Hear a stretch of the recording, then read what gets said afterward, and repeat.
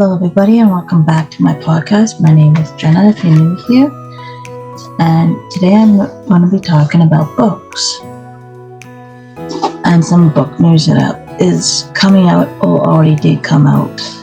So first I'm going to let you know about what I'm currently reading or what I'm still reading.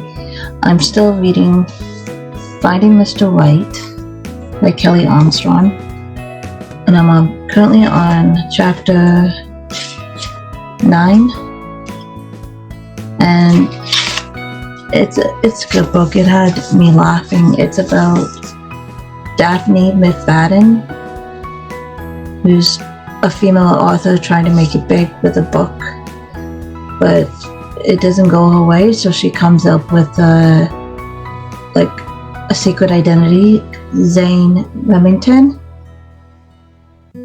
So she panics, and then she calls her friend Nina, and she asks her for a favor because she's a lawyer.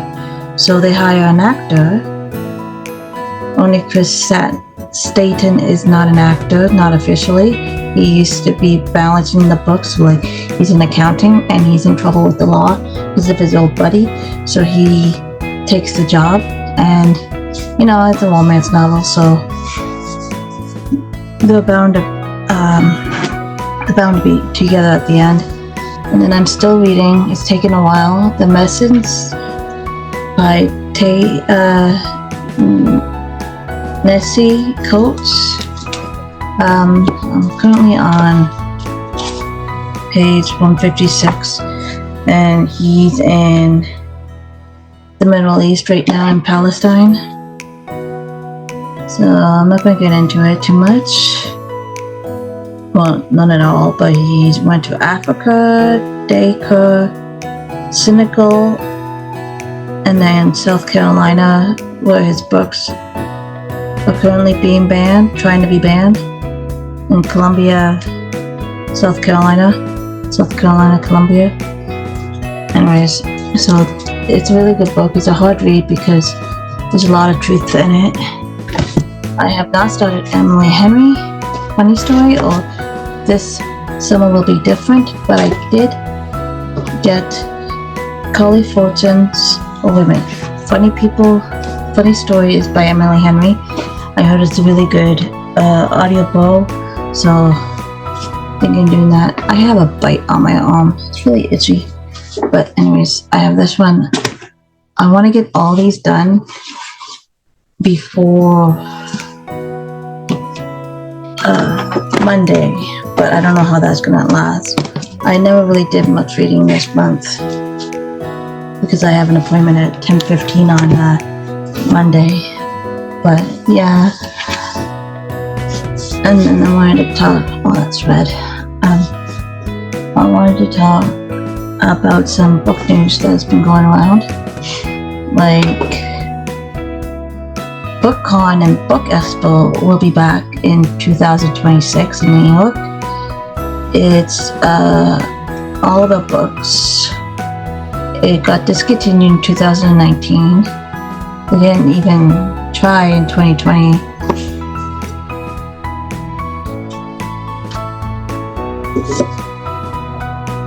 So it's coming back. The book community has been rocked by a book talk plagiarism. It is basically someone taking a novel called Obsessed. I'll add the pictures up here, but Obsessed by R.J. Lewis, who wrote it back in 2016, and they basically just took out the names. The book is Beverly, and she's also being accused of Laura Robert. She's basically being accused of plagiarism, AI use, and author bullying. And this all started with Book Talk, who some of the people at the beginning didn't know about Obsessed, but they quickly found out and they had to backtrack on their because not a lot of people read it. Obsessed isn't really that big. I think at one point it was at like 3,000 reviews on Goodreads. Yeah, so that I'll have the picture of Beverly and Obsessed, and yeah, all of her. That's Allie Hazelwood. It's also in a scandal, but that's mild compared to this. So the author of Beverly, Laura Robert, is actually deleted all of her social media accounts. But yeah, Allie Hazelwood actually had to cancel her UK tour because she was afraid of trying to get back into the States, because she's actually from Italy. I did not know that. I thought she was American. But no, she's from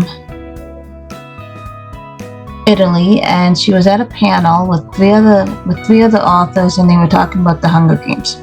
I never read the Hunger Games, but I think trying to be canceled over a book, or even just a character, was not really good. But hopefully she gets back on Instagram. I don't think I follow her. Did I read any of her books? I know I have a lot of her books. I just don't see any of them. But I do want to get a summer problematic book. But yeah, I heard that's an AIDS gap. I don't really mind an AIDS gap, but yeah. So she also deleted all of her social medias because of the backlash for saying that PETA is basically nothing, like doesn't do anything for the book. And then everyone was just, I think over a book, not really good at all. But yeah, you can't stop people. So that's for that. I won't.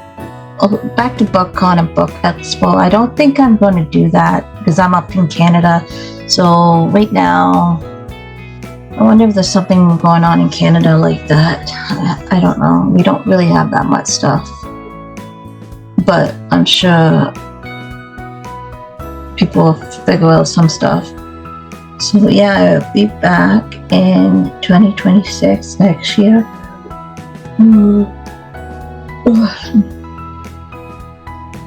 And oh yeah, there's another one that really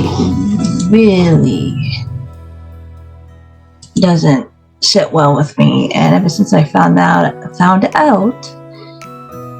that this book was independently published by an Australian author.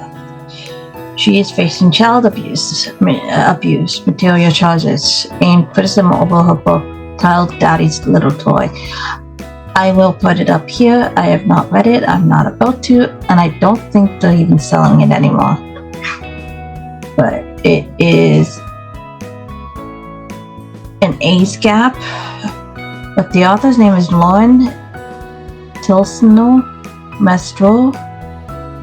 She's 33. She's actually used a pen name for this book called Toy Wood. She actually got arrested and is charged, and they actually added charges to her. And then her kids were also taken because she had kids. It is all over YouTube from booktubers, book doctors, all over. It's just really, it really hit the long way with a lot of people. Yeah, I'm reading. I'm sure you're tired. That's not. Yeah.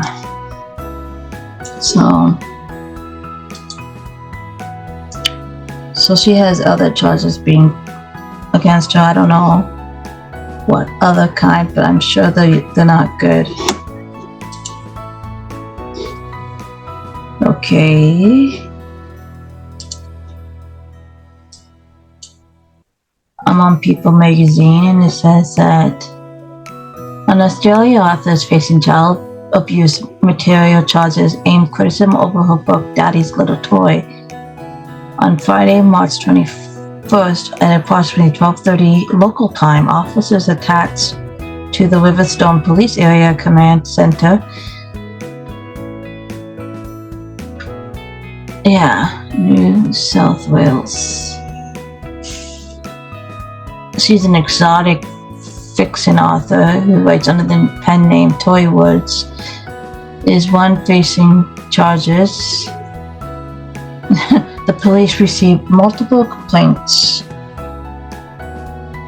Her latest book contains graphic fictional child abuse.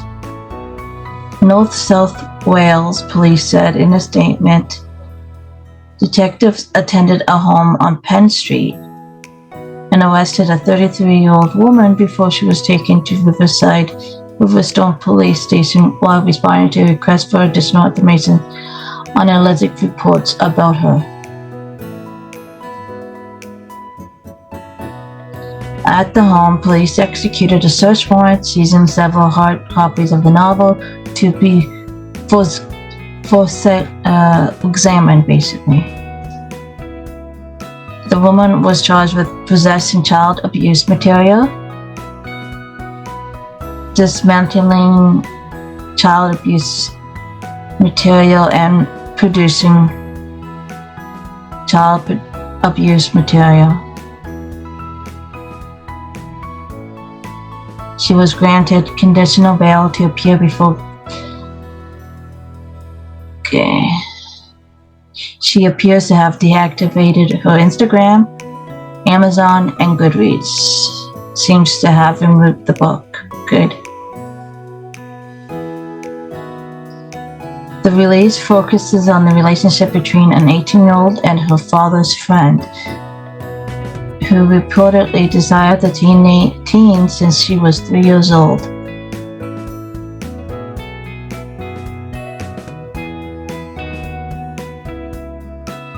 It states that she addressed the criticism on her Instagram.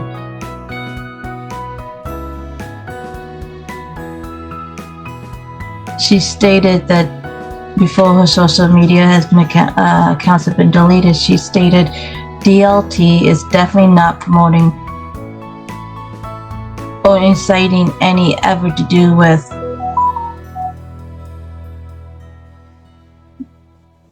child abuse. Child sexual abuse, or the P word. Yeah. So, I don't know. She might. Yeah. Oh. So, yeah, that's one. Sorry about the lighting. I actually,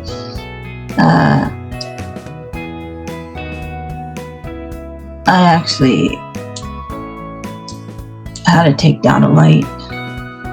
Oh, that's because the other curtain's not open. But anyways, yeah, I'm done with that. That's just weird. But anyways,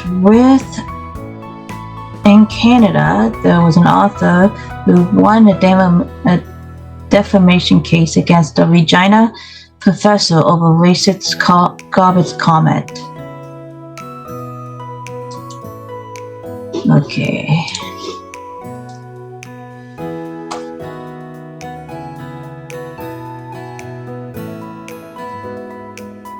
Okay, so an author who wrote a controversial book about the 1990 death of an indigenous team has found particular success in the lawsuit against a Regina professor who called it a racist garbage.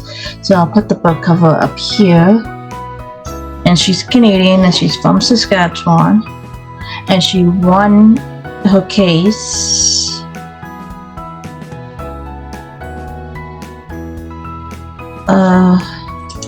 She was rewarded $6,450 with prejudgment interest.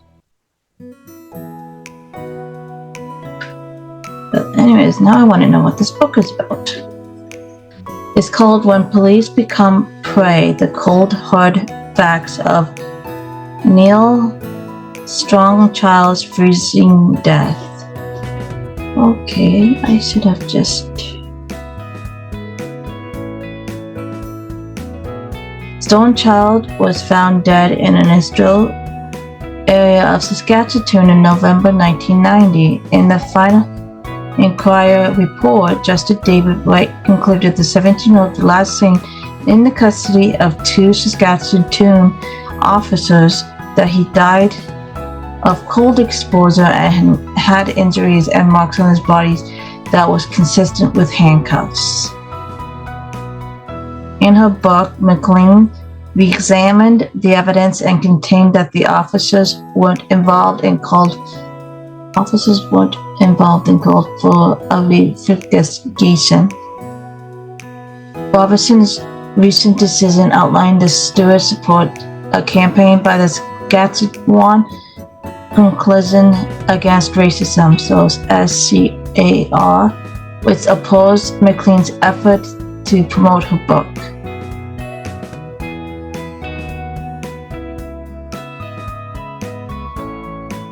Stewart.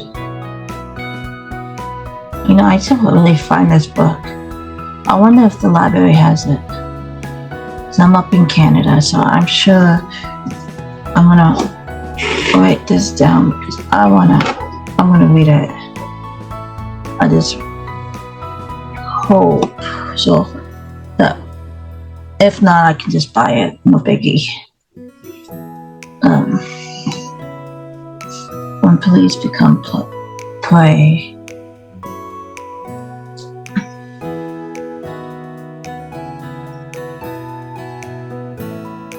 My library, well, I am basically, I go through the Stratford Public Library, and they're pretty good for books. A lot of books.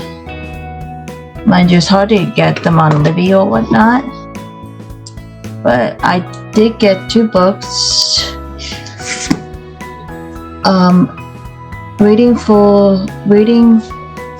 Hate this when they do this though. Waiting for the Long Night Moon. So this is basically short stories by Amanda Peters. I'm gonna read that one. And then From the Reds to the Runway, Forging My Path in Fashion by Kristen Alaria. Yeah, this one's about basically fashion. Growing up in a res and then making it big in New York, Fashion Central. But yeah, I got 2 other books, but can't.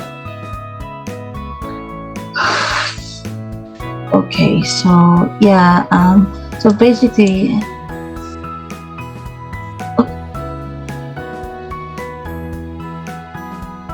yeah, so this Saskatchewan Coalition Against Racism was involved with trying to oppose McLean's effort to promote a book. This involves calling venues to ask them to cancel signing events. In November 2016, a task that Stewart undertook and encouraged others to undertake as well, read the decision.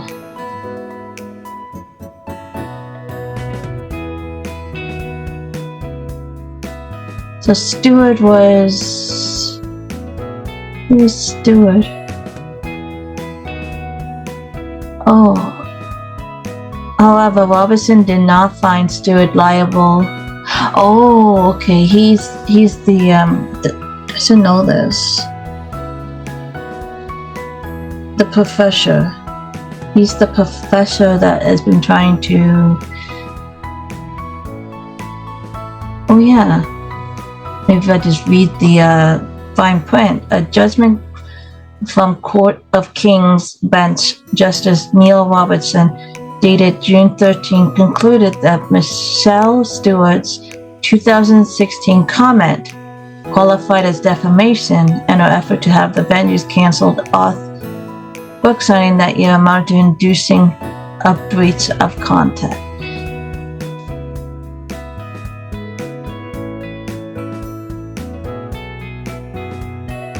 She examined the evidence containing that the officers weren't involved in the call following the investigation.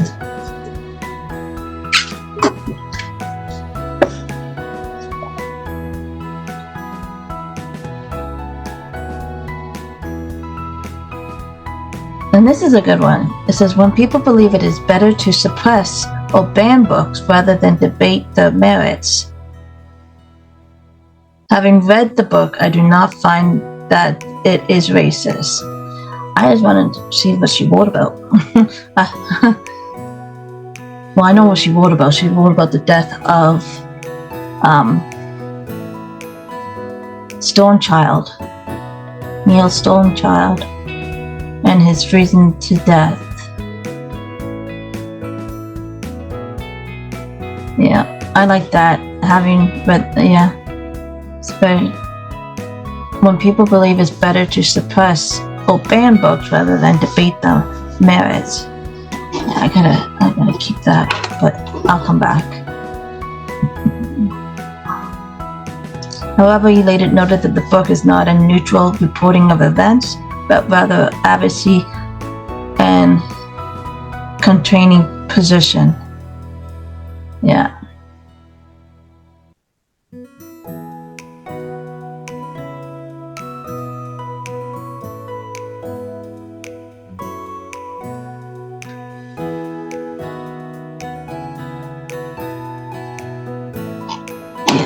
I'm gonna find that book. Okay, well, there's another thing. Meta wins AI copyright case, but judge writes roadmap for author's revenge. Basically, it's Meta. A U.S. district judge granted summary judgment to Meta in a case brought by 13 authors, including Ted Nessa, Coach, Sarah Silverman, and others. And Andrew Shane Gear, who allegedly the company illegally used the books to train its AI models. The judge found Meta's use was highly transformative under copyright law, fair use, doctor time, and that the office failed to present an adequate evidence of how they were harmed by Meta's actions. So he ruled in Meta's favor, but also made it that authors could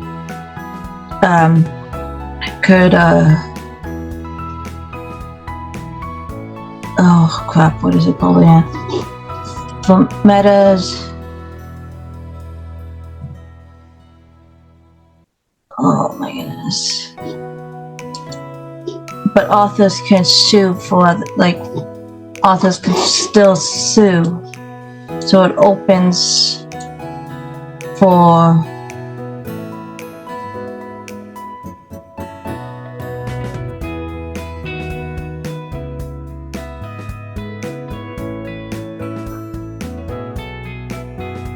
the door for more authors to sue. But it's still a blow to authors who will have the work used without the permission. But yeah, I think that'll be all for today. I'm gonna go back to reading Finding Mr. White by Kaylee Armstrong and trying to finish The Message before Monday. So I will be back with another podcast next Sunday. I'm sure there'll be more stuff to talk about when it comes to books and authors. And if you want to subscribe, hit the subscribe button. If you want to listen to my podcast through Spotify and Apple Podcasts, it will be up on Sunday 29th. And I'll be back next Sunday with a new episode. Thank you. Bye.